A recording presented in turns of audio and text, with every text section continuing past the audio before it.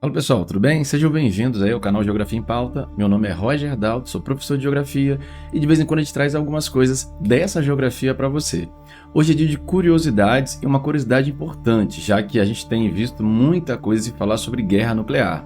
A situação na Ucrânia envolvendo a Rússia, a possível utilização de armas nucleares chama a atenção do mundo e o Brasil, a gente se pergunta, será que o Brasil conseguiria se defender de um ataque nuclear? Se acontecesse um ataque ao território brasileiro, um hipotético ataque, tá galera? Como o Brasil poderia se defender? Você quer saber a resposta disso? Então vem comigo!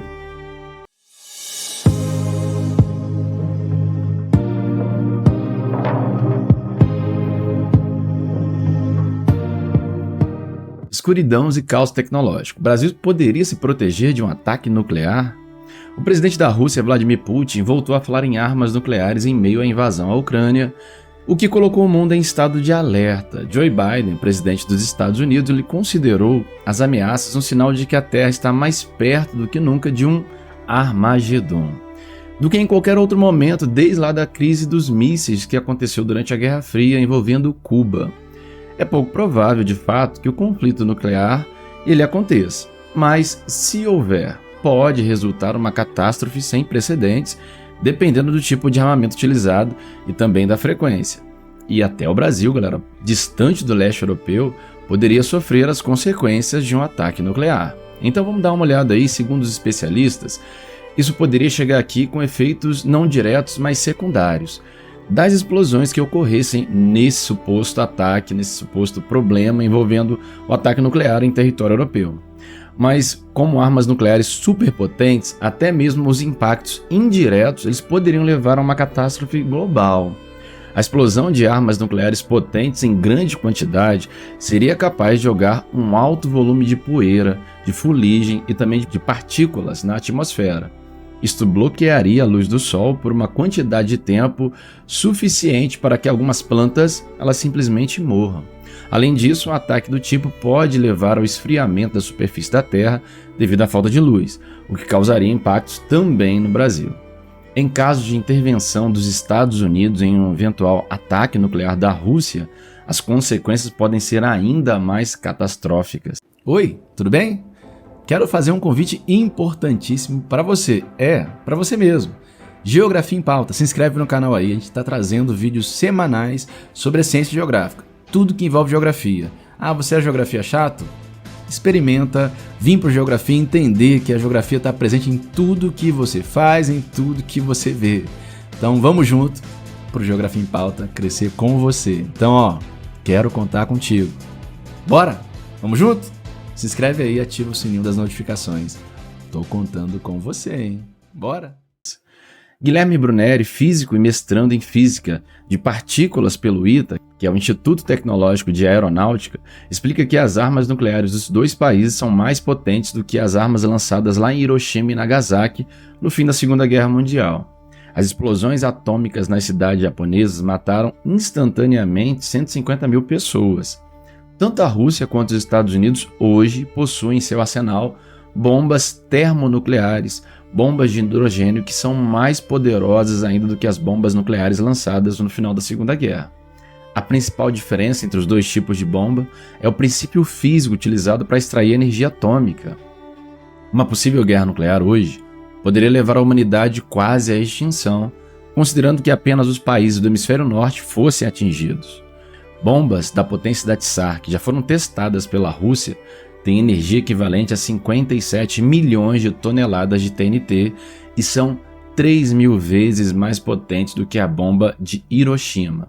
Vamos dar uma olhada, galera, nas explosões históricas, comparando armas nucleares detonadas em guerras e em testes. Vamos dar uma olhada aqui nas explosões históricas, comparando aqui, Monte Everest, a altura do Monte Everest, que é o lugar mais alto do nosso planeta, a altitude média dos voos comerciais, e observem que as nuvens desse material, esse material da explosão, oriundo da explosão, das explosões nucleares, elas poderiam atingir alturas superiores aos maiores relevos do nosso planeta, superiores inclusive à altitude média dos voos comerciais. A gente tem aqui um comparativo entre a bomba lançada lá em Nagasaki, a Fat Man, 21 quilotons de toneladas lá em 1945, Nós temos aqui a Little Boy, que foi aquela lançada também em Hiroshima, em 1945, altura no comparativo.